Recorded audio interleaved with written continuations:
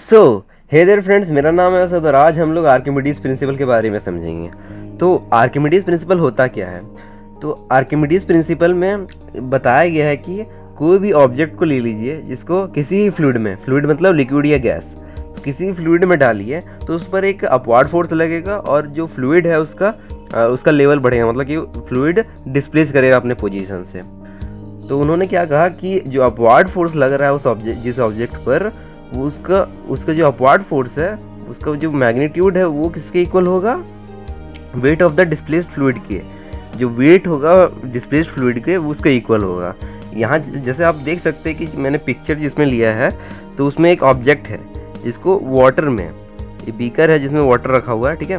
तो उस ऑब्जेक्ट को वाटर में डुबाया जा रहा है, उसमें एक अपवार्ड फोर्स लगेगा और अपवार्ड फोर्स के लगने के साथ साथ उस जो वाटर का लेवल है वो भी इंक्रीज़ करेगा, और जिससे जो वाटर लेवल इंक्रीज़ कर वो दूसरे बीकर में चला जाएगा उस ओपनिंग से। जिस ओपनिंग को आप देख रहे हैं यहाँ पर, तो इस ओपनिंग से दूसरे बीकर में चला जाएगा। जो वाटर दूसरे बीकर में गया है उसका जो वेट होगा वो किसके इक्वल होगा? जो ऑब्जेक्ट जो येलो ऑब्जेक्ट पर अपवार्ड फोर्स लग रहा है उसके मैग्नीट्यूड के इक्वल ये इसका वेट होगा, डिस्प्लेस्ड वाटर का वेट होगा। तो यही होता है आर्किमिडीज प्रिंसिपल कि upward force equal to weight of the displaced fluid. आप लोग के बहुत कंफ्यूज होते होंगे कि बुयांसी और बुoyant फोर्स में क्या अंतर है। तो बुयांसी होता है एक प्रोसेस है, मतलब कि एक फिनोमिनन है जिसमें किसी सबमर्ज्ड बॉडी पर एक अपवार्ड फोर्स लगता है, और जो बुoyant फोर्स है वहीं, तो वो क्या है? अपवार्ड फोर्स है जो सबमर्ज्ड बॉडी पर लगता है। तो मतलब कि बुoyant फोर्स जो है बुयांसी का पार्ट है। समझे ना? सबको ये समझे कि बुयांसी जो है, बुयांसी में बुoyant फोर्स एक पार्ट है, मतलब कि बुयांसी अपवार्ड फोर्स की जगह हम बुoyant फोर्स भी लिख सकते हैं कि buoyancy is the phenomenon in which buoyant force is applied on submerged body. समझे? ठीक है। अब मेरा दूसरा क्वेश्चन आता है कि why do the nail sinks and ships float? क्यों होता है?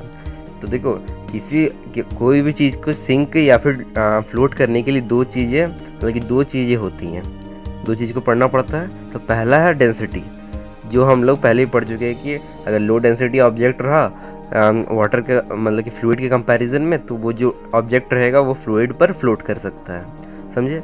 अगर हाई डेंसिटी ऑब्जेक्ट रहा फ्लूइड के कंपैरिजन में, तो फिर जो ऑब्जेक्ट होगा वो फ्लूइड के अंदर सिंक कर जाएगा। और ये दूसरा तरीका है किसी भी चीज़ को फ्लोट या सिंक करवाने का, वो है आर्किमिडीज प्रिंसिपल का यूज़ करके। तो आर्किमिडीज प्रिंसिपल में हम लोग क्या समझा था कि upward force equal to weight of the displaced water, मतलब कि फ्लूइड, यहाँ पर वाटर देख रहे हैं, यहाँ पर इस पिक्चर को देखिए, इसमें जो ओशन है, ओशन में ये शिप चल रहा है, ठीक है। तो इस शिप के थ्रू मैं बताता हूँ कि दूसरा चीज़ क्या है, कि कैसे एक शिप फ्लोट कर पाता है।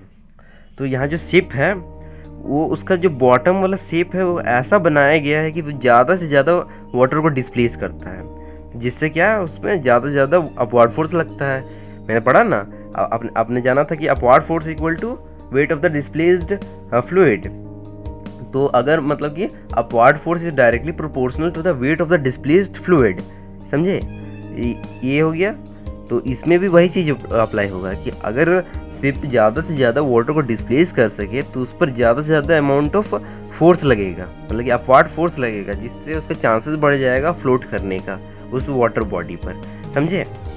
और एक और रीज़न है कि इसके बॉटम में, जिस शिप के बॉटम में एक एयर कंपार्टमेंट बनाया जाता है, जिसकी वजह से उसका डेंसिटी कम हो जाता है, और उसका डेंसिटी, शिप का डेंसिटी कम हो जाता है, तो ये भी प्लस पॉइंट बन जाता है उसके फ्लोट करने का। तो आप समझ रहे हैं ना मैं क्या कहना चाह रहा हूँ? तो और जो नेल होता है, अब वो कहेंगे नेल कैसे? तो नेल का डेंसिटी ज़्यादा होता है, जिसकी वजह से वाटर इन कंपैरिजन में डेंसिटी ज़्यादा होता है, जिसकी वजह से वो जो नेल है वो सिंक कर जाता है, और जो वो जो नेल है वो ज़्यादा से ज़्यादा वाटर को डिस्प्लेस नहीं कर पाता है, जिसकी वजह से उस पर रिक्वायर्ड बुoyant फोर्स नहीं लगता है और वो फ्लोट नहीं कर पाता है। तो मुझे लगता है कि आपको ये समझ आ गया होगा। तो अगर आपको ये समझ आया तो प्लीज़ लाइक कीजिए, शेयर कीजिए मेरे वीडियो को, और अगर आप ये इस टाइप के वीडियो, इन्फॉर्मेटिव वीडियो फ्यूचर में भी चाहते हैं तो प्लीज़ सब्सक्राइब कर लीजिए। Thank you very much.